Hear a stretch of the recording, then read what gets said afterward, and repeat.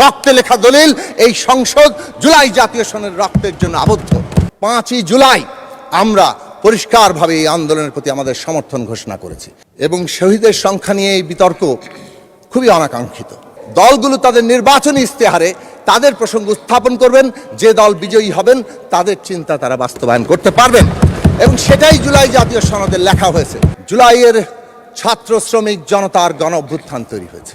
অবশ্যই প্রত্যেকটি আন্দোলনেই নেতৃত্ব থাকে এবং সেই নেতৃত্ব যখন মানুষের কাছে গ্রহণীয় হয়ে ওঠে তখন সেই নেতৃত্ব সফল হয়। আমাদের ছাত্ররা সামনে এসেছিল, কিন্তু সেই আন্দোলনকে এই সমস্ত রাজনৈতিক দলগুলোই সমর্থন জানিয়েছে।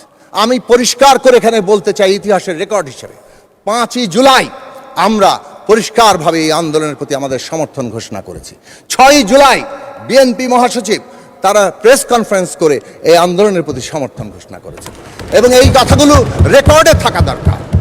হ্যাঁ, একটা সময় এসে যখন ফ্যাসিবাদীরা বলল যে এটা বিরোধী দলের আন্দোলন, বিরোধী দল হাইজ্যাক করছে, তখন কৌশলগত কারণে রাজনৈতিক দলগুলো, আমি ব্যক্তিগতভাবে তার সাক্ষ্য দিতে পারি, বিএনপি মহাসচিবের সাথে এ বিষয় নিয়ে আলোচনা হয়েছিল যে আমাদেরকে এমনভাবে অবস্থান নিতে হবে যাতে করে ফ্যাসিবাদীরা পুরনো কৌশলে আন্দোলন ধ্বংস করতে না পারে। তারপরও আমরা দেখেছি কিভাবে তারা নির্বিচারে হত্যাকাণ্ড চালিয়েছে, হেলিকপ্টার থেকে গুলি করে রীতিমতো ব্রাশ ফায়ার করে মানুষ মেরেছে এবং শহীদের সংখ্যা নিয়ে এই বিতর্ক খুবই অনাকাঙ্ক্ষিত।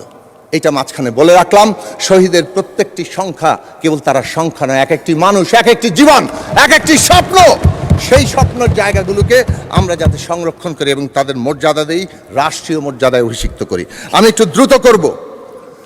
এই যে অভ্যুত্থান, সেই অভ্যুত্থান এই রাজনৈতিক, অর্থনৈতিক এবং সাংস্কৃতিক পরিবর্তন তাকে আরও বেশি গভীর মানুষের আকাঙ্ক্ষায় পরিণত করেছিল এবং তার রূপ হিসেবে আমরা সবাই মিলে এই প্রস্তাব দিয়েছিলাম।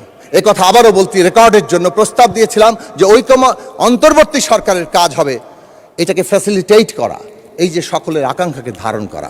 ঐকমত্য কমিশন গঠিত হয়েছে, তার ইতিহাসটা এখানে রেকর্ড থাকা দরকার ছিল, যদিও মাননীয় স্বরাষ্ট্রমন্ত্রী এর আগে, যেহেতু তিনি প্রতিটি বৈঠকে উপস্থিত ছিলেন, অনেক কথা বলেছেন। আমি দুটো বিষয় তুলব। 1 নম্বর বিষয় হচ্ছে ঐকমত্য কমিশনের কাজ ছিল ঐকমত্য তৈরি করা এবং যখন প্রথম দিকে আলোচনা শুরু হলো এবং প্রথম গুরুত্বপূর্ণ প্রশ্ন 70 অনুচ্ছেদ সংবিধানে বদল হবে কিনা, তখন যখন আলোচনা ঠিক হলো, সেই দিনই ঠিক হয়েছিল দ্বিমত থাকলে কি সমাধান হবে এবং সেই দিন বলা হয়েছিল যে নোট অফ ডিসেন্ট দেওয়া যাবে, কারণ রাজনৈতিক দলগুলো বলছিল দুটি এক্সেপশন রেখে আস্থা ভোট এবং বাজেট, অর্থ বিল, এই দুটো এক্সেপশন রেখে 70 অনুচ্ছেদ করা। বিএনপি সহ আরও কয়েকটি দল বলেছিল আরও দুটো জিনিস যুক্ত করা দরকার, জাতীয় নিরাপত্তা এবং যুদ্ধ পরিস্থিতি, সংবিধান সংশোধন। তখন প্রশ্ন এসেছিল যে এখানে সমাধানের পদ্ধতি হবে নোট অফ ডিসেন্ট দেওয়া যাবে এবং দলগুলো তাদের নির্বাচনী ইশতেহারে তাদের প্রসঙ্গ উত্থাপন করবেন, যে দল বিজয়ী হবেন তাদের চিন্তা তারা বাস্তবায়ন করতে পারবেন এবং সেটাই জুলাই জাতীয় সনদে লেখা হয়েছে। This is number 1, it should be recorded. Number 2, July জাতীয় সনদ নোট অফ ডিসেন্ট সহই আমরা স্বাক্ষর করেছি। প্রশ্ন ছিল সবাই যাবেন এবং যে দল বিজয়ী হবে তারা তাদের মতো করে করবেন।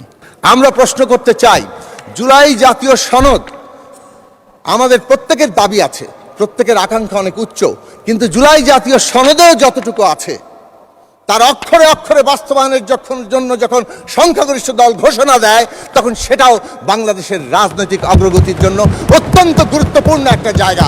জুলাই জাতীয় সনদ লিখিত আছে, এখানে কারো এখান থেকে পিছিয়ে যাওয়ার জায়গা নেই। রক্তে লেখা দলিল, এই সংসদ জুলাই জাতীয় সনদের রক্তের জন্য আবদ্ধ।